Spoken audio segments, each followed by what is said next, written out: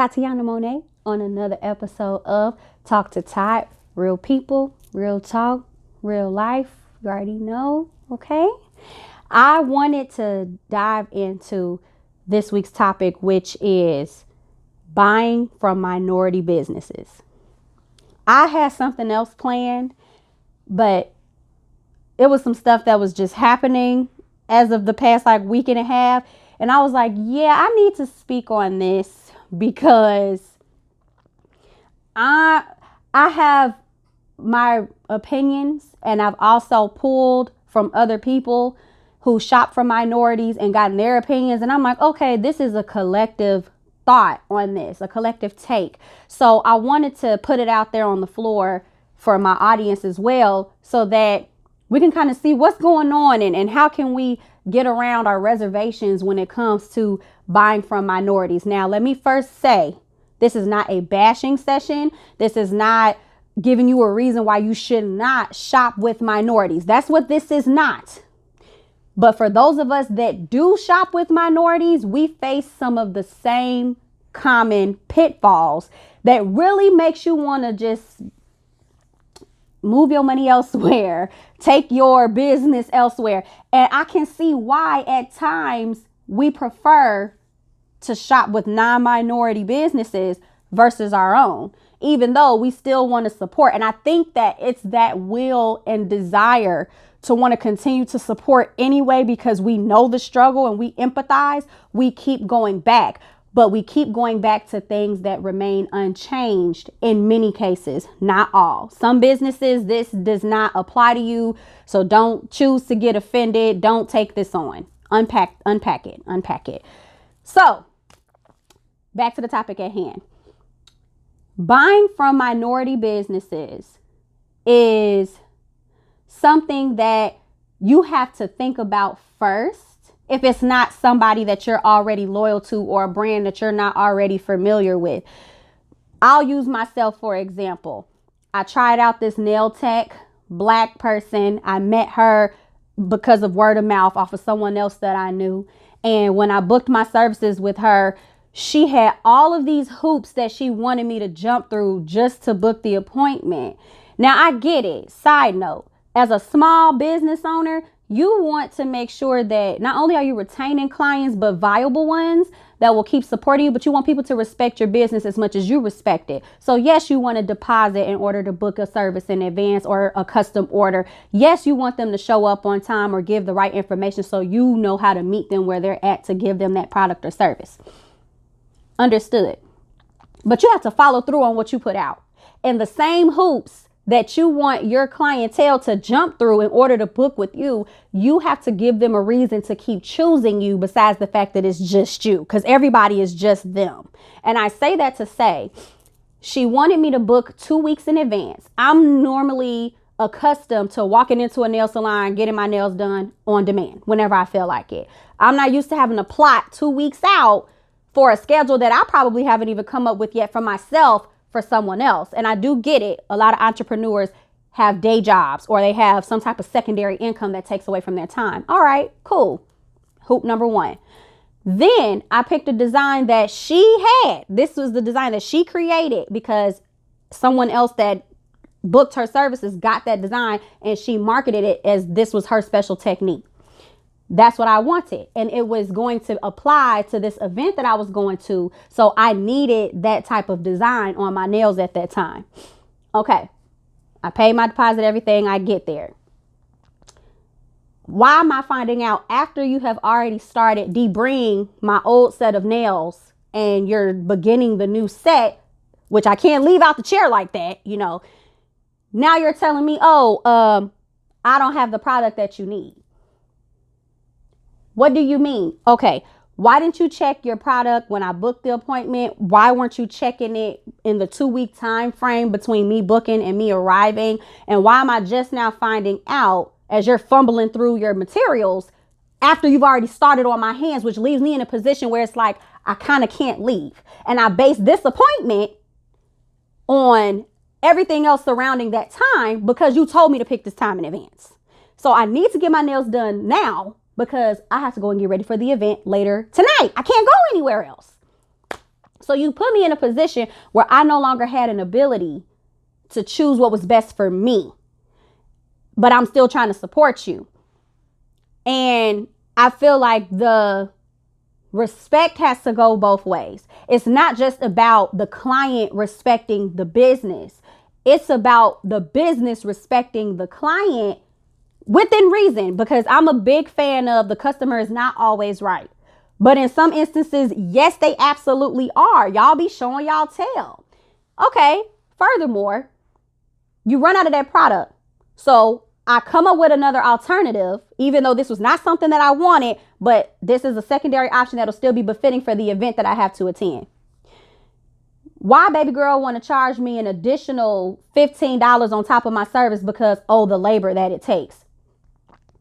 You ran out of something that you marketed as your own design. You did not prepare for my appointment. So just off the strength of your missteps, whatever this extra labor that you're talking about, that $15, you could have just waived that and been like, look, I normally charge $15 additional for this because of the labor. However, because it was on me that I didn't have what you needed, and you followed my rules and I didn't follow my end. I didn't uphold my end of the bargain. This is going to be an even exchange if that's okay with you. So if you recommend my services to someone else, just let them know this particular design is an additional $15. Cool. No. She was not budging. She said, no, this is something that's a hard charge for me. I'm like, so you got me here. I gave you a deposit that's non-refundable. You sit me in your chair knowing you didn't have what you have, because that fumbling, you could tell when somebody fumbling for something and they already knew that they didn't have it. Then you're going to play in my face and tell me it's an additional $15 for a design. Here's my thing. Little do she know, I used to do my own nails. Anybody who know me, I'm skilled at doing my own nails. That design that you're talking about, it only requires extra labor if you don't know how to do it and you're trying to like learn off of a humbug. But like, it's literally you just putting some dots of colors together, using the brush to swirl them. But instead, and I'm talking about a marble design. So instead of you using the polish to create the marble design, you're trying to use the acrylic to create the marble design. Think smarter, not harder, honey. Like, I've had this design done on my nails. Like, what, are you kidding me? That was the last time. I unfollowed her, I blocked her, and it was a couple of people that had told me that they were thinking about getting their nails done by her. And I said, unless that's your woe, that's your friend, I would say it's a no. If you need to get your nails done for something important, you can't rely on her. You cannot, because you will do everything that she needs you to do in order to qualify for an appointment, but she doesn't fulfill the needs of that appointment. All right. So that's one example of and she was African American. So that's one example of how a business owner is not showing up prepared for the services that you have booked in advance. Big red flag to me. There's some restaurants, because I'm a foodie. I love going to different restaurants. Y'all are going to see more of that as I go when I'm doing my podcast and stuff like that, because I'm going to navigate from my home and do it, outside and stuff. And there's been a few restaurants that I have been to that are Black owned, and don't worry, other minorities, y'all coming.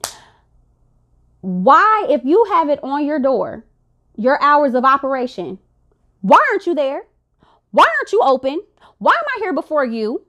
And I came after the time that it's supposed to open. If you have specialty hours, update your Google account. If you have specialty hours, put a sign on your door. But the fact that it's Black, I'm peeping in and I'm looking like a potential burglar because you decide, like the fact that I had to call the restaurant, because when I tell you I was so hungry and I had drove really far out to try this place and I wasn't familiar with the area and my phone was dying too. Like I knew how to get back home, but I'm like, I'm out here like, I really want to try this because that restaurant is so far out the way. I have no reason being in that area unless it's to try that restaurant. So I'm calling them and I'm like, hey, it says y'all are open today on Google and on your door and you guys are closed. Oh, because business was slow, we closed. So if you knew your business was slow, why didn't you put a sign up that says we're closed? You don't even have to give the reason. We apologize, we're closed. We will reopen at so-and-so. Even if you didn't have a printer, Write it in marker. Tape the note to the door. Common courtesy. But then you want to bash customers, because I hear from a lot of restaurateurs and food service business owners that say, you know, we really want people to respect, like if our menu prices don't haggle us, you know, respect the atmosphere and the decor and the rules that we have in our establishments. Can you do the same? Can you respect me and my purchase power? Because without us putting our butts in your seats, there's no food to be ate. You ain't going to be operating. So be open when you say you're going to open. Communicate when there's a change in your office hours or your business hours. Like, are you kidding me? Next, service. I know some of y'all have either called into a business or you walk into an establishment, and the moment you hear a certain accent in the Black community, welcome to, instantly you're over it. Now you have an attitude, your guard is up. You're like, I already know this person finna be difficult with me. I don't care if I'm calling the cable company, the gas company, the light company. The moment I hear, welcome to so-and-so, blah, blah, blah, blah, how can I help you? I know you're not here to help. You're here for that check. And you really don't care how you earn that check. And that's not a good thing. No, don't put yourself in customer service business situations if you are not going to provide a viable and professional service to the customer. If somebody is escalating, okay, prime example, even though this business is owned by those of Caucasian descent, the management team happened to be Black. And when I called to book a reservation, I was also in traffic and it was like a lot of background noise and stuff like that. And the receptionist was very frustrated with me when I explained to her, hey, you're going to hear a lot of background noise. My phone picks up stuff in HD, you know, please be mindful of that. She hangs up on me. I'm having to call back. She's not answering. So I'm having to get rerouted through different departments. So I'm like, okay, let me talk to this girl's manager. Mind you, she's the only receptionist for reservations for that day. So I had to talk to her. Okay. So, and this is a winery, mind you, that I'm calling it's like a winery and resort. So you can book a hotel room there and stay overnight. They got restaurants and all that good stuff. I was treating myself for my birthday, or so I was trying to do. So I finally get in touch with the manager.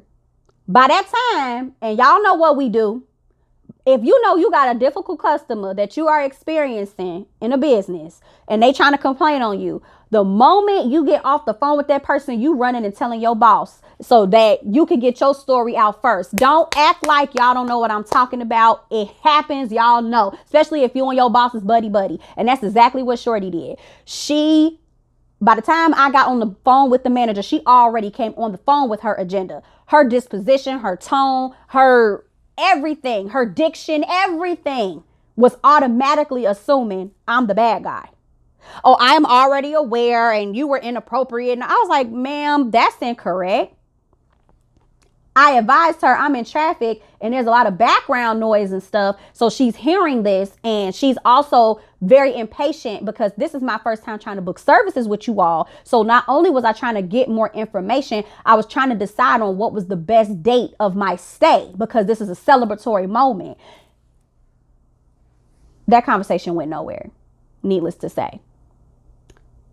I escalated it. I reached the general manager and one of the partners, the part owners of the establishment. They were all of the caucus.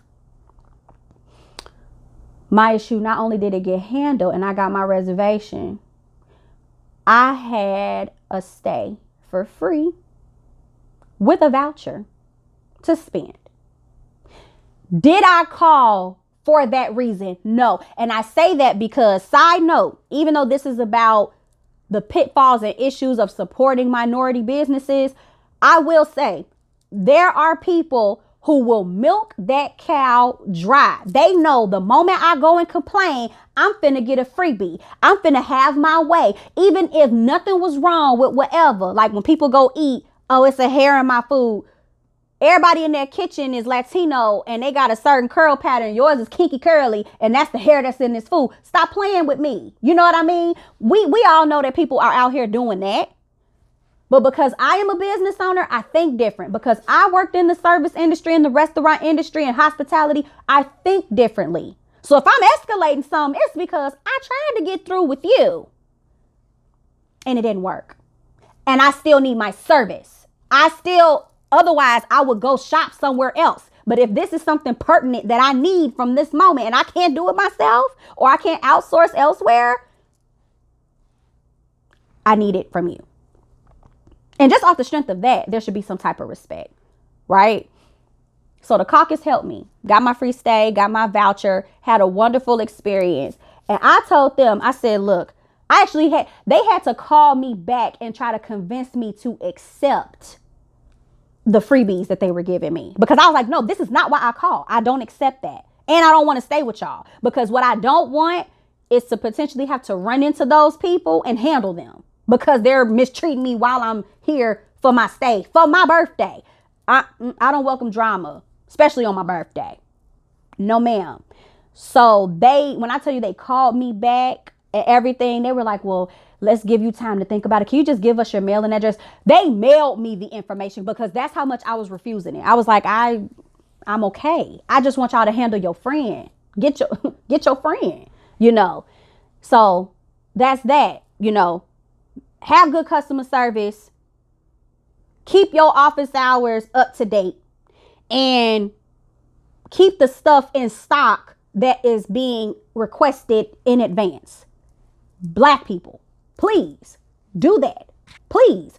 And stop having all of these requirements for the customer to show up if you aren't even doing that. Have some integrity with your business. Take it as seriously as you want your end user, your consumer to take it. It's only fair. Otherwise, why are you doing it? Otherwise, it's a hobby. It's not a business. So don't come out here with all the good promo and you got the whole setup, the platform and all of that. Your marketing, your packages, everything is great. But the service is terrible and just the whole operation and how the functionality of your business is deplorable. No. Every facet matters. Do better. Knock it off because we don't have to shop you. We don't. And we sometimes don't. So don't get mad at that. Look at you. Look at how you're showing up and support one another. I don't care if it's two businesses that are of a similar type of aesthetic and they're side by side. If you can't help, a customer, refer them to the people next door to you. There is room at the table for everybody to eat. Stop acting like it's not. The table is as big as there are how many people it is in the world. Period. I don't care what you say. I don't care what you think. There's room at the table for everybody. And if you're trying to take chairs and create elbow room, guess what? Another part of the table going to be made further down the line. You don't control this table. You don't own this table because there was room made for you. So why in the world would you think that it's remotely acceptable for you to get in the way of somebody else's space? Know your place. Off of that rant. All right. Now, dealing with Caribbean services. And I'm only talking about my own experiences and those of people who I converse with and I interact with on a regular basis. This island time thing don't work for everybody. I was getting some oxtails. And not everything is about food, y'all. Don't worry. I was getting some oxtails. And I'm in line. I waited my turn. Somebody else came in after me. And the people who were serving the food and stuff, because everything is almost like cafeteria style and not in a bad way. It's just everything is made and they bring it out and keep refreshing and they serve it to you. So it's my turn. Whole time my turn. Somebody come in after me and the guy who's serving me my food stops serving me. Talks over me, looks past me, does one of these and starts helping the guy behind me because he recognized him. He wasn't in no uniform. He wasn't no business exec. He wasn't no it was a Joe Schmo from Kokomo, just dressed regular. Like, oh, hey, good to see you again, bro. Hey, what can I get you? Hello? Are you kidding me? And when it's stuff like that, when it's blatantly obvious of sheer disrespect, oh, I cut up. Sorry, Ma. Sorry, Dad, Heaven. Hey, sorry. I cut up. And they do too. Don't get me wrong. Like, when it's something that's just like, oh, okay, you sleeping on me. Okay, yeah. Let me wake you up real quick. Don't you ever. I definitely had my outburst. I said, excuse me. I didn't come here to wait all day. I came in here before him. I don't care if you know him. I'm first. Ma'am, I'm just trying to get him to. No, that's not how this works. I turned around and started walking out. I could not, and I really wanted oxtails. And this was before the price really went up on them, before they were higher than a giraffe's vagina. I was so livid. And that's not the first time that I have experienced something like that. When I would go to a Caribbean restaurant, in and out, like a takeout restaurant. The sit down ones, I don't get that problem. But the in and out ones, I'm like, what's up with y'all? If y'all wanted to just cook with your friends, y'all could have just did this at home in your kitchen. Like, what is, okay. I didn't like that at all. And then the time frame of everything, like I remember doing Uber Eats. And whenever I would go to the Caribbean spots that didn't have the cafeteria style serving of food, the stuff would take so long. Like, no, we're not making the order until the food delivery driver gets here. The order was placed already. I'm supposed to pick it up when I get here. It's not supposed to be placed when I get here because I'm coming. Are you serious? Only there. I'm like, I don't get this issue at the pizza store, the pizza parlor, the taco place. I don't get this issue there. Are you kidding me? Yeah, nah. Okay. Walking into a Latino or Latin establishment and trying to get some type of service. I know for a fact I am in these United States of America. I know that for a fact. I know that my people, my Black, beautiful people, were brought over here against our will. Pretty much everybody else that's here came voluntarily. And I say pretty much because, hey, I don't know everybody's history, but from what I know and what I was taught, we were the forced people. So I expect, and we're not speaking African. Like, that's not one of our main languages over here in the U.S. Why is it that when I go to a Latin place that is in America and it's so widely used, like if you think about it, side note, African Americans, we eat less African food than anything else.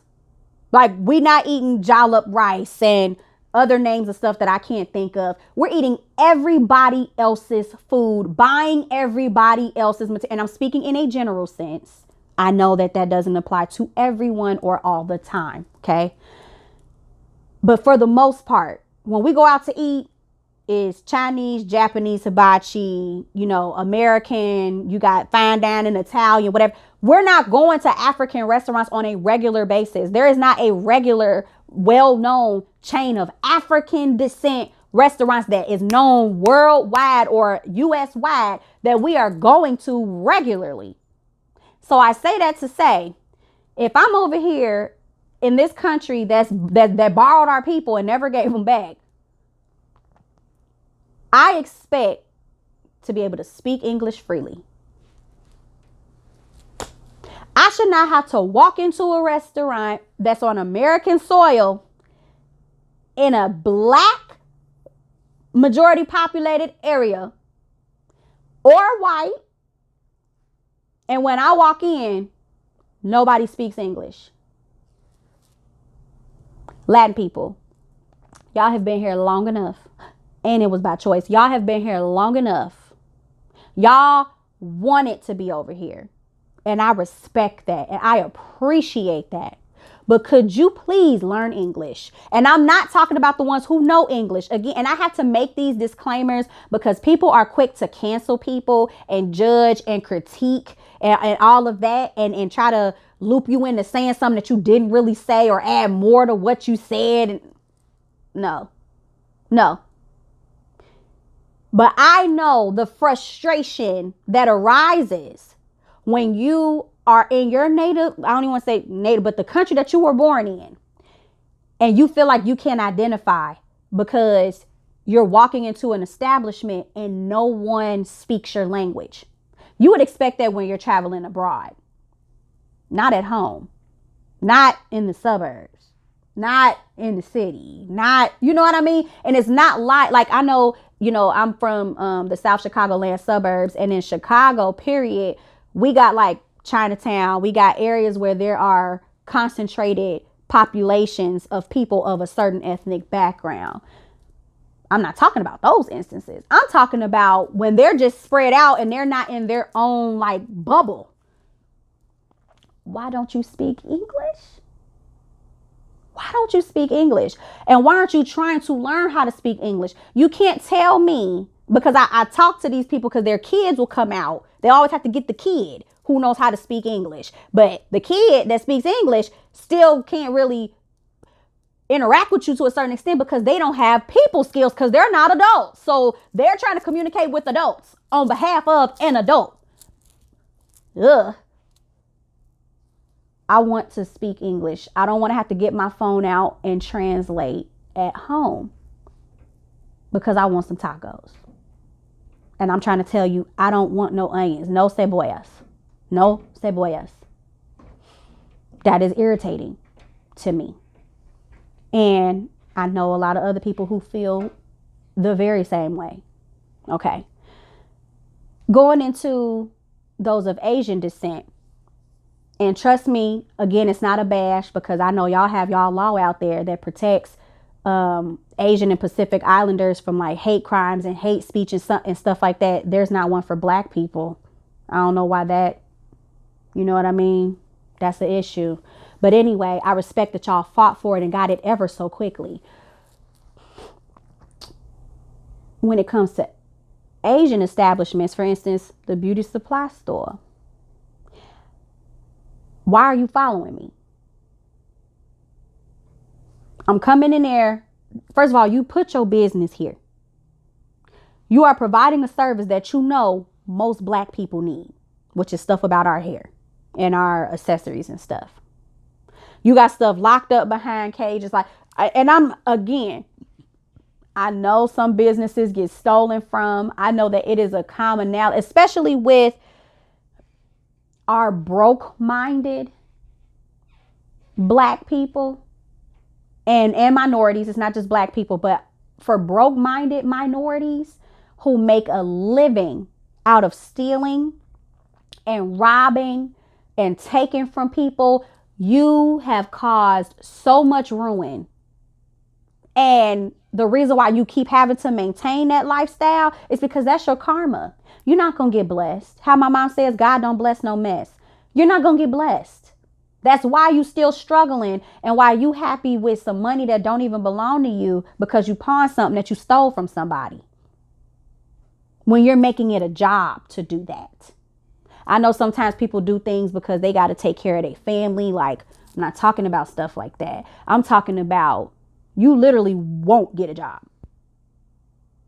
All that thought and energy that you put into creating this elaborate scheme of robbing people, you could be a project manager and make buku money, way more than the little whatevers you taking. Or if you work at Walmart, now you stealing all the bulk material from Walmart and trying to resell it at a higher price to people. Think smarter, not harder. Are you kidding me? So anyway, off that tangent, I don't care what other people did. You also have vibes and discernment. And when it comes to minorities coming together to try to shop amongst one another, sometimes that discernment, a lot of times that discernment is so misconstrued and blurred that It's so distrusting. You want our business, but you don't trust us as we're partaking in the business transaction. The stairs, the stuff locked behind glass or the plexiglass, whatever, hard plastic containers and stuff like that, especially the stuff that we really need. Like when I saw that they had Infamil, and granted, I don't got no kids. Y'all got Infamil locked up behind a cage? It's real. All right. But yeah, stop following me around the store. I'm not coming in there with a hood and a mask looking suspicious. I'm up here, my hair up in a bun or something like that. I probably got a sweatshirt on and my Crocs or something. Like, why are you following me? Why are you following me? You're making me uncomfortable and you're profiling me. It happens almost every time I am at a beauty supply store that is owned by Asians. Why are you profiling me? I don't understand. All ethnic groups steal. White people have a certain way of doing it where they can write it off on their taxes.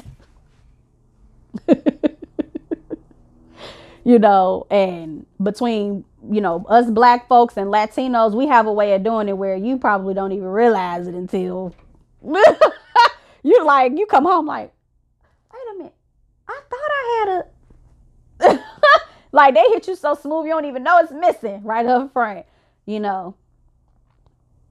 But don't do that. Do not make me uncomfortable to be there, but you are putting your businesses there. Shopping with people, buying from businesses that are owned by Arabic. Okay. Number one, clean. And I'm not saying that anybody is dirty or anything like that, but unless it's like an Arabic food place, because they treat their food a whole lot different. I love Arabic food. Oh my goodness. But when you walking into some places, it's like a half step. Like for instance, a lot of Arabic people are owning these Subways, the Subway sandwich shops. If something is old, get rid of it. If something is dirty, clean it. I shouldn't have to walk into a Subway and I'm smelling some type of pungent, odious scent on top of the deli meat that I want to deeply take in and inhale in. I don't want to. Everybody like to take deep breaths when they walk into a sandwich shop because bread smells great. Deli meat, sliced fresh deli meat smells great. Like, why would you take that away from me? Clean up. Clean it up. Put fresh stuff out there. Stop trying to hold on to every little thing to where you holding on to stuff that needs to be discarded or cleaned or refreshed. Stop that. And then, side note, employment opportunities. It's so hard. Like if you want to work at Dunkin' Donuts, unless you related or they really need somebody that speak English, you ain't going to be working at Dunkin' Donuts and Baskin Robbins. And I'm just saying in general, you not, because that whole Arabic family work there. It's like, come on. Dunkin' is in America. America runs on Dunkin'. I'm not crazy. Y'all have had these problems, or even when you trying to buy services online and you have to call in for customer service and you hear, I'm not going to imitate the accent. I'm not, because I'm not here to make a mockery of no one.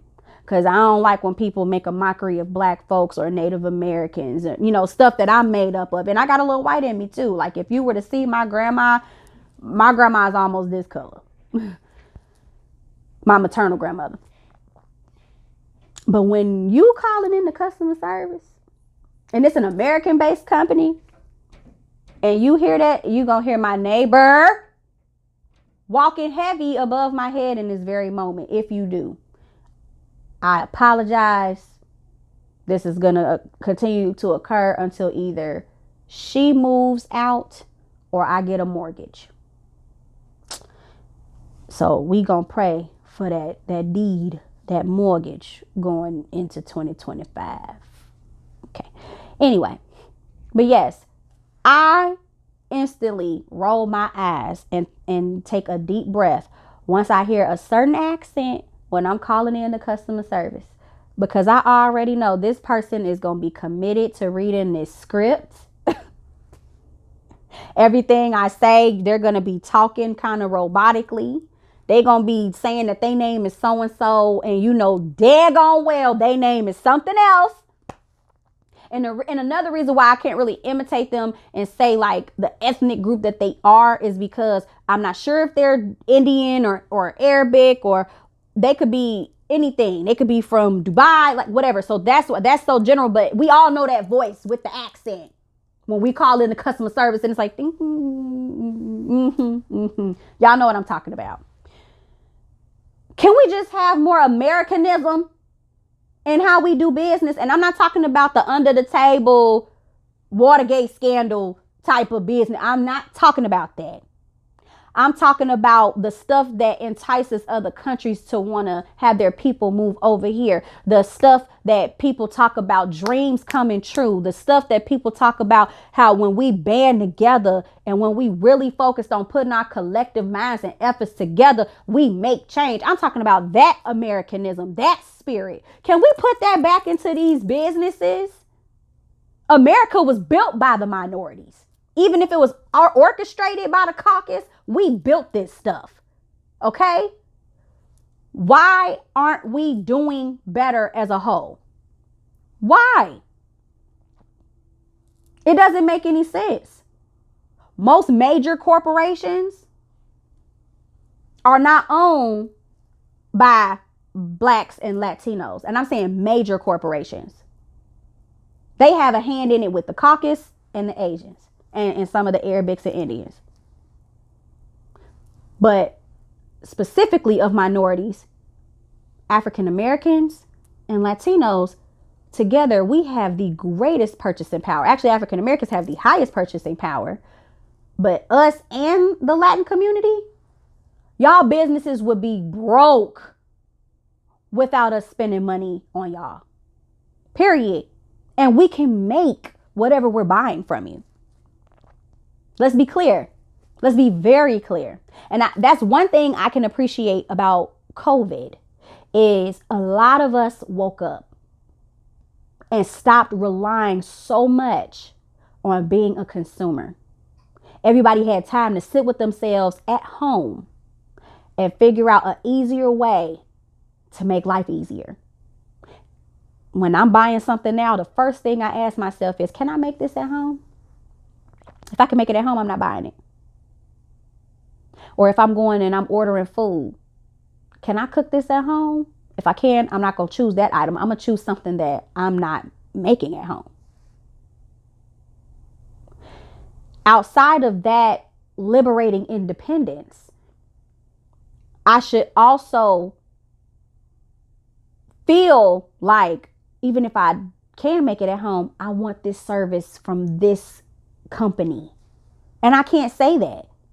If anything, it's more like, who can I cancel? Who can I write off? Because y'all aren't respecting me. Y'all aren't respecting my money. My green dollar is just as important as the next person's. Period. If me and a celebrity came with the same $100 bill, the money's still going to spend the same. It's going to spend the same. Let's say that person, that celebrity spend money with you. They don't even shout you out. They don't want you taking a picture of them or nothing. They just coming in and out real quick. Okay, so then what's the difference? Money is green. Money ain't got no color to it. I know that that's not how it flow on the street and stuff like that. I get it. I just don't always agree with it. I don't.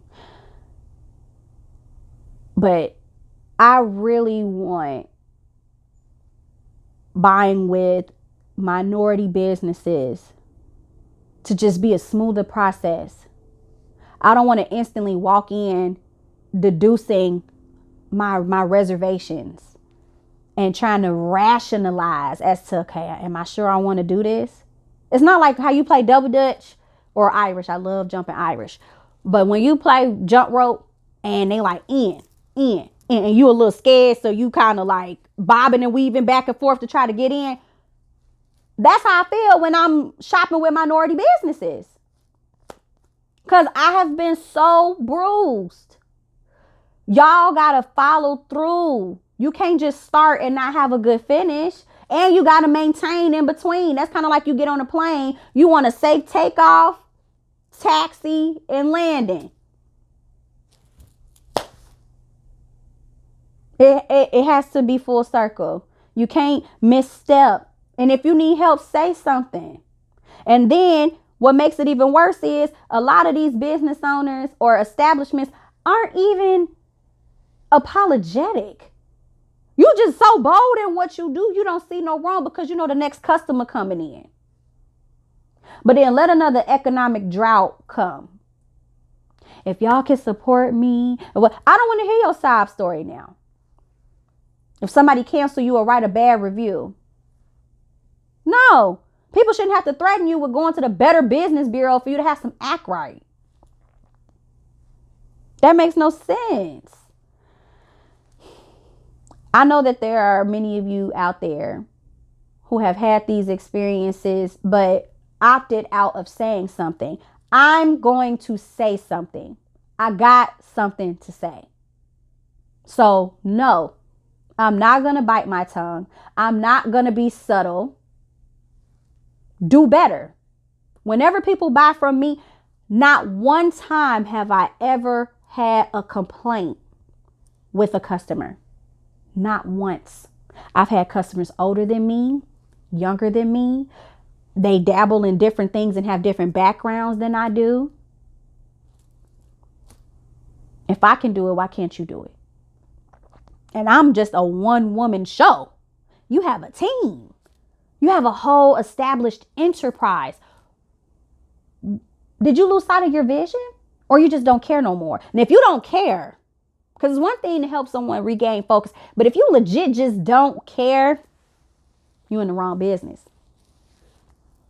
And you don't deserve for people to shop with you.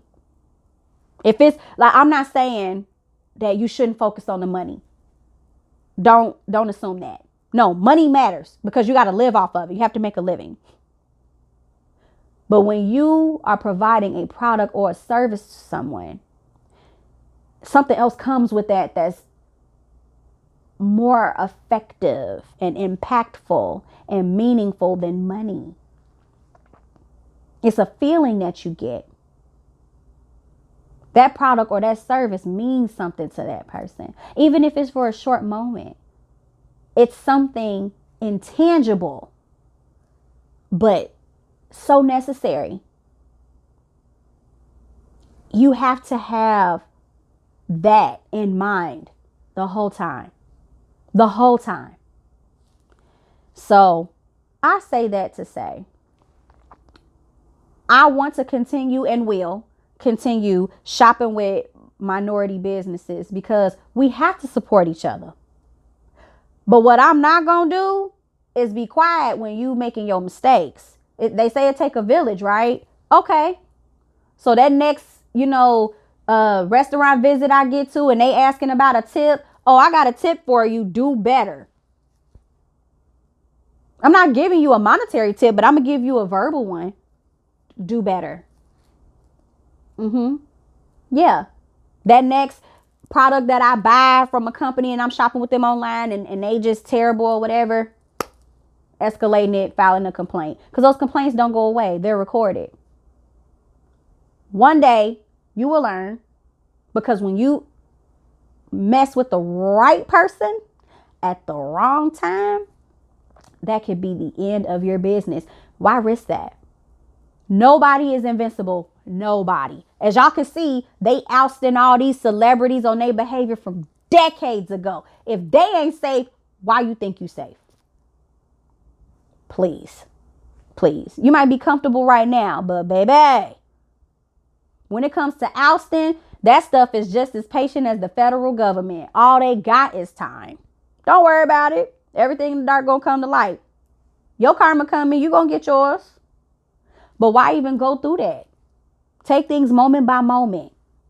Have some humanism and humanity in what you're doing. Remember, at one point, you didn't have this business. You were the consumer shopping for this particular industry. And now you're a contributor to it. Have some pride. Remember that. Remember your why. Your customers are not people you just mooch off of. It's a mutual relationship. Without your consumer, you have no business. It's that simple. We need to buy from you, and you need us to buy from you. So that concludes my episode on buying with minority businesses, everyone. I know that some of y'all are able to relate to this. I feel like this content may be a little bit sensitive for some folks. I understand why you may be sensitive, because some people don't, or groups of people don't like being called out. But let me remind you of what Talk to Tot is. Real people, real talk, real life. I'm not sugarcoating anything. I'm Monique and Cat Williams up in this. I'm not sugarcoating nothing. Do better, and you ain't got to be highlighted about what you got going on that you can improve on, that you choose not to. It's a choice. Do better. Yeah. So if anybody has any feedback or questions, or if you wanted to provide some topics that you would like for me to address on your behalf on another episode of Talk to Tot, I will be more than happy to do so. I do appreciate you guys tuning in. I don't want this episode to discourage anyone from shopping with minority businesses, because I have had some great experiences, like especially with Etsy. Oh my goodness. I'm like, yo, every person that I have found on Etsy that is, and I specifically look for minority businesses on Etsy, nothing but top-notch, phenomenal, 5-star review service across the board. And it's not just Etsy, but I know that is a platform that I can rely on to find great quality minority businesses and shop them. Absolutely. And they have a segment for that. That's what I can really appreciate. It's like, no, we're going to highlight our minority businesses. So continue to shop the right minority businesses that can respect your dollar. That's what I will say. And don't let that just sit with minorities either. If you can get the same service from a minority business versus a caucus business, try that minority business out. If you have some reservations about it, look up their reviews. Do a little test, or call them and see how they answer the phone, or when you walk in, if they interact with you and stuff like that. Get the vibe first. Take a chance, because you never know how you can network and just expand with people when you give them a try. So don't give up on giving our people a try. But once they try you, let them have it. Let them have it. Be unacceptable. Oh, no. You're not doing this over here. Let me take my $20 elsewhere. And then you'll tighten up when enough $20 leaves your business and your expenses are now exceeding your revenue and your profit. You understand? Yeah. We got the power. Everybody with money in their pocket to purchase, we have the power. Period. Respect the relationship. So, again, I will have another video for you guys in a week. I appreciate it so much for y'all tuning in. And I will see you on the next go round. Don't forget to like and subscribe on the YouTube version. If you watch that, give me a good review on the Apple podcast, and you can also follow me on my social media handles. On TikTok, I am Tatyana_Monee, TATYANA_MONEE. On Instagram, I'm Tatyanamonee. It's all together. TATYANAMONEE. All right. So I'm finna make a MOVE off of this screen. Okay. I love y'all. Peace and blessings, and happy shopping.